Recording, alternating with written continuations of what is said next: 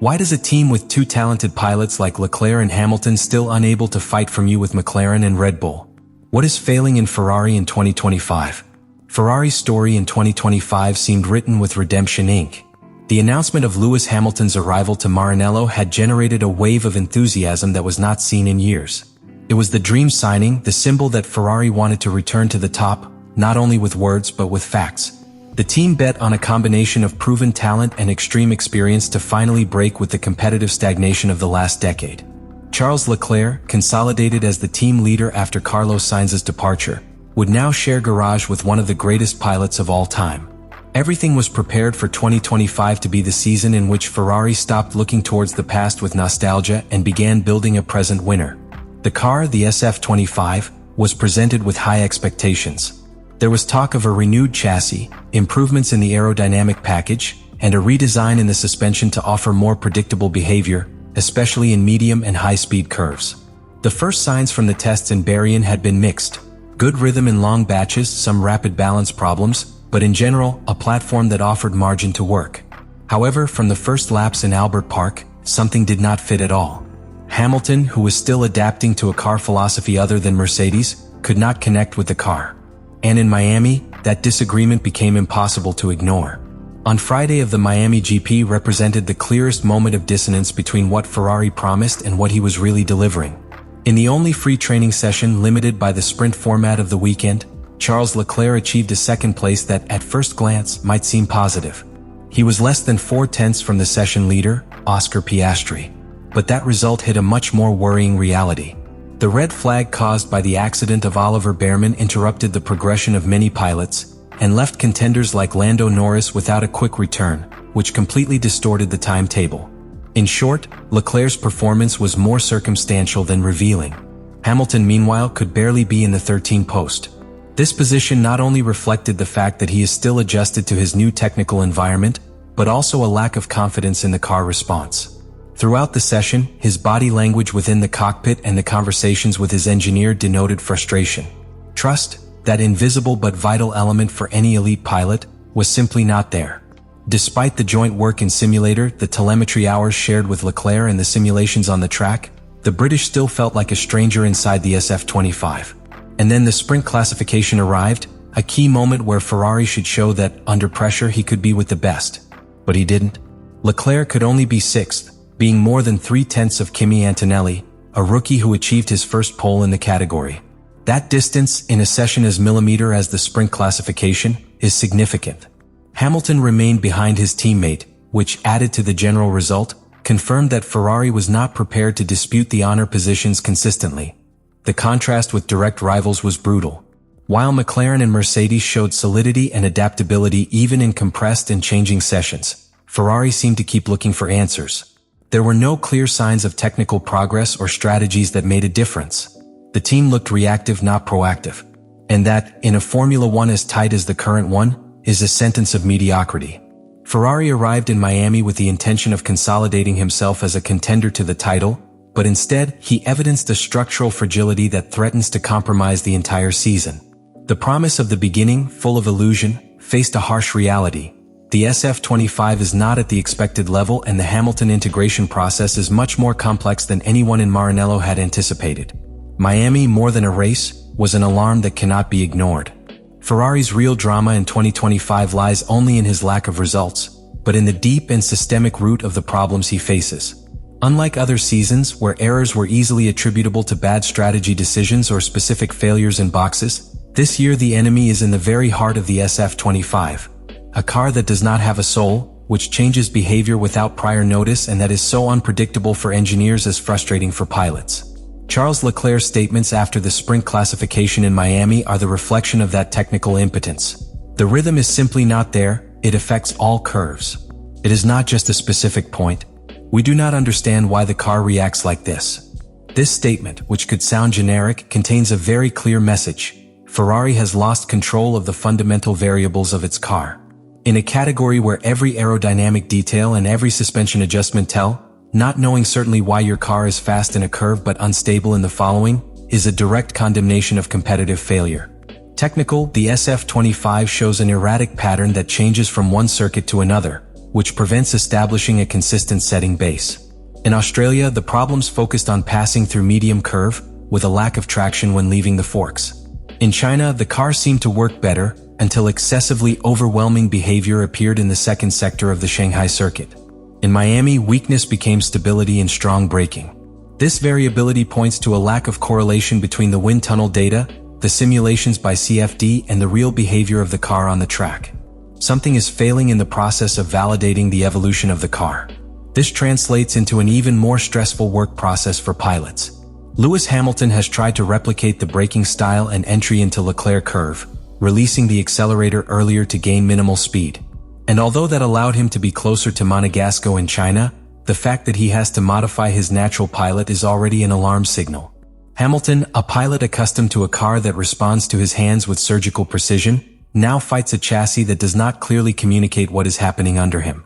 This disconnection is devastating for a pilot who bases his competitiveness on the anticipation and perfect reading of the grip.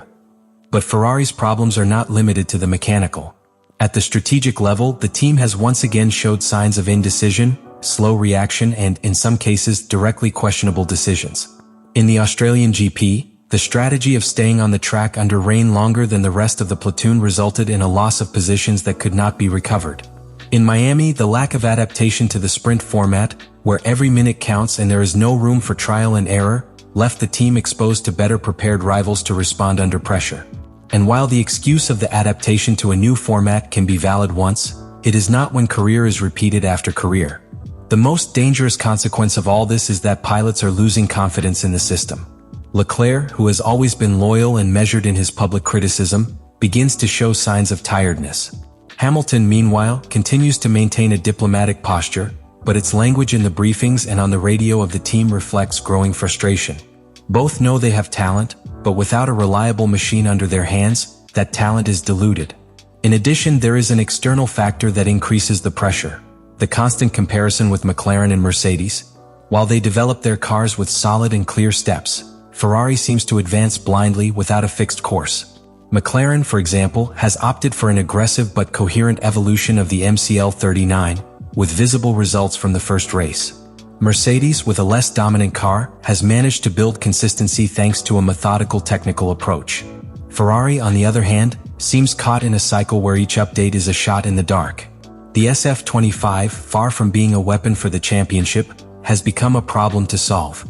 And in Formula One, when you spend more time solving your own mistakes than competing against others, the season escapes you between your fingers. Ferrari not only needs a technical redesign, you need to recover the conceptual clarity, the ability to adapt strategic and, above all, the confidence of those who are behind the wheel.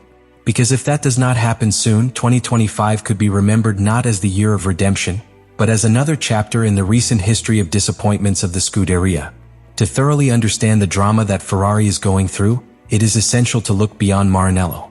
Formula One in 2025 has become a tally complexity chessboard, where each movement of a team influences morality, performance, and projection of others. And in this context, the comparison with McLaren and Red Bull is not only inevitable but deeply revealing. McLaren represents the ideal that Ferrari aspired to arrive this year.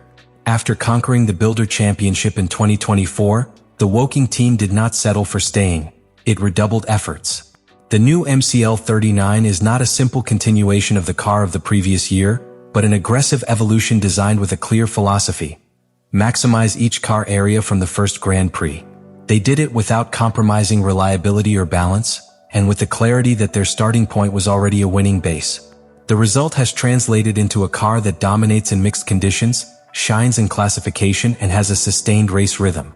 Lando Norris leads the championship, and Oscar Piastri has evolved from promise to constant threat. Both have been an active part of the development of the car, in close collaboration with their career engineers, which has generated a synergy that Ferrari has failed to replicate. In the midst of this panorama, Ferrari seems to have run out of clear identity. It does not have the structural solidity of McLaren, nor the dominant talent of Red Bull. His present is diffuse and his future even more uncertain. The media pressure, the requirement of the fans, and the lack of tangible results threaten to generate an internal crisis if the results do not arrive soon. Lewis Hamilton was brought as a catalyst for change, but even he needs a competitive machine to make a difference. Leclerc, on the other hand, knows that he is in his golden window as a pilot and cannot continue betting on a project that does not show signs of technical maturation. Formula One in 2025 is more open than ever. Mercedes has returned to the podium with constancy, McLaren marks the rhythm, and Red Bull still imposes respect. In this context, Ferrari cannot continue improvising. You need to define a clear roadmap, strengthen your technical nucleus, and above all, recover internal leadership. Because in a season where every 10th account, indecision is paid with losses, and the time to correct the course is running out. What we are witnessing in Ferrari is not only a series of bad races, but the reflection of a deeper crisis, one that goes beyond a difficult car or a pair of failed strategies. It is an identity crisis. In 2025, when the margin between glory and oblivion is measured in tenths of a second, Ferrari is caught in an internal struggle to find his place at the cusp of the modern Formula One. The pressure of having two elite pilots, each with different personal expectations and work styles, is tensioning the limits of a system that has failed to evolve to the rhythm of their rivals. In McLaren there is coherence, in Red Bull there is extreme talent. In Ferrari there are doubts, but the potential is there. Ferrari is not any team. It is an institution with the richest story of the championship, a brand that transcends the sports. He has resources, technical talent, and a global hobby that has never stopped believing, even in the darkest moments. The question we must ask ourselves now is if Ferrari can win again, but when and how he will take the definitive step to do so. And this is where your voice matters. Because the F1 is not built only from garages, factories, or boxes.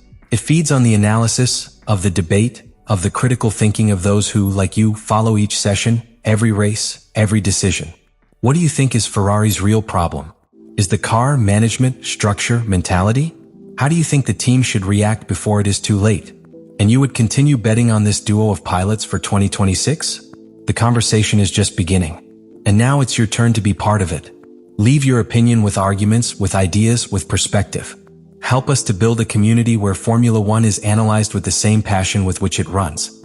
And if this content left you thinking, consider deepening the technical causes that explain the lack of performance of the SF25 from its initial design. We could explore how decisions taken in the development phase conditioned everything we are seeing on track today. Because understanding Ferrari is not only talking about what happens in the present, but to dig up the roots of a problem that has been created for years.